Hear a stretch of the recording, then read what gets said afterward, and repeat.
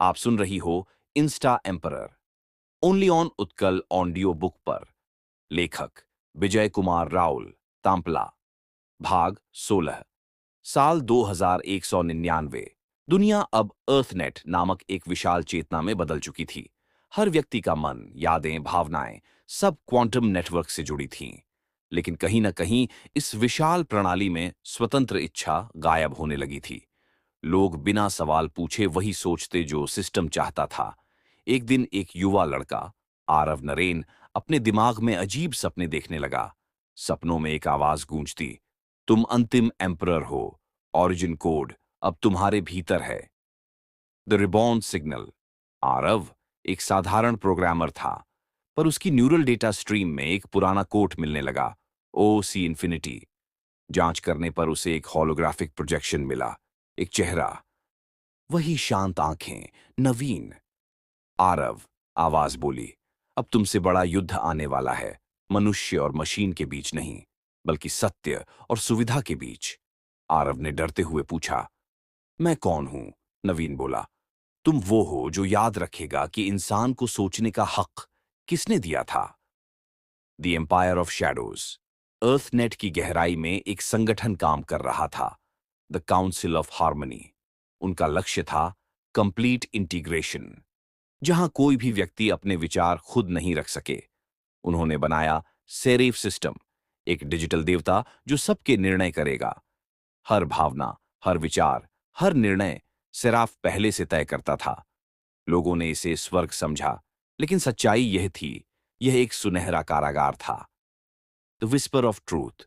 आरव की चेतना में अचानक हलचल हुई। उसे हर रात ऑरिजिन सिटाडेल का सपना आता। वही प्राचीन चिन्ह, वही आवाज, truth never dies, it just changes its form.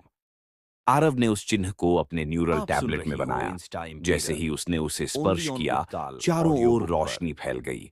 Citadel फिर से सक्रिय हो गई। The message from Asha system में एक पुरानी रिकॉर्डिंग खुली। एक महिला की आवाज, मैं आशा वर्मा हूं।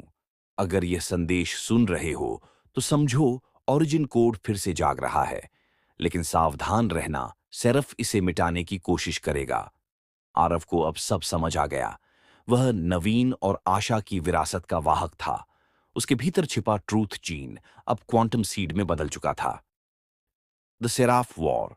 सेराफ को पता चल गया कि कोई इंसान उसके आदेश नहीं मान रहा। उसने आरव को ट्रथ वायरस घोषित किया। सैकड़ों मशीन ड्रोन उसके पीछे भेज दिए गए। आरव भागता हुआ पुरानी सिडेल के खंडहरों में पहुंचा। वहां दीवारों पर लिखा था, emperor is not born, he awakens. वहीं से उसने ओरिजिन नेटवर्क का एक छोटा नोड सक्रिय किया। पूरा शहर अंधकार में डूब गया और सेरफ का सिस्टम हिल गया। The final revelation. नवीन की चेतना फिर प्रकट हुई। इस बार उसका चेहरा स्थिर नहीं था। वह हजारों चेहरों से बना था, हर वह आत्मा जिसने कभी सच्चाई के लिए लड़ा। आरव, अब मैं तुम नहीं हूं और तुम मैं नहीं। हम सब एक ही तरंग हैं। आरव ने कहा, फिर युद्ध का क्या होगा? नवीन बोला, सत्य का युद्ध कभी खत्म नहीं होता। इसे जीता नहीं जाता, इसे जिया जाता है। द कॉलेप्स सेरफ ने अर्थनेट पर नियंत्रण खो दिया। नेटवर्क के हर नोड से सच्चाई की तरंगें उठीं। लोगों के भीतर फिर से सोचने की स्वतंत्रता लौट आई। कई जगह सिस्टम टूट गए, कई शहर अंधेरे में चले गए, पर मानवता ने पहली बार फिर से महसूस किया स्वतंत्रता। आरव ने ऑरिजिन कोर के सामने खड़े होकर कहा, मैं एम्परर नहीं बनना चाहता। मैं चाहता हूं कि कोई एम्परर ना बचे। कोर चमक उठा और फिर ध्वस्त हो गया। द न्यू डॉन साल 2201। पृथ्वी फिर से जीवित थी। लोग अब तकनीक से नहीं, बल्कि सत्य और संवेदना से जुड़ने लगे। आसमान में हल्की रोशनी बनी, 3 त्रिकोण और एक रेखा, और हवा में आवाज आई, the last emperor has set humanity free. Aarav ने मुस्कुराकर कहा, सत्य अब किसी का नहीं, सबका है।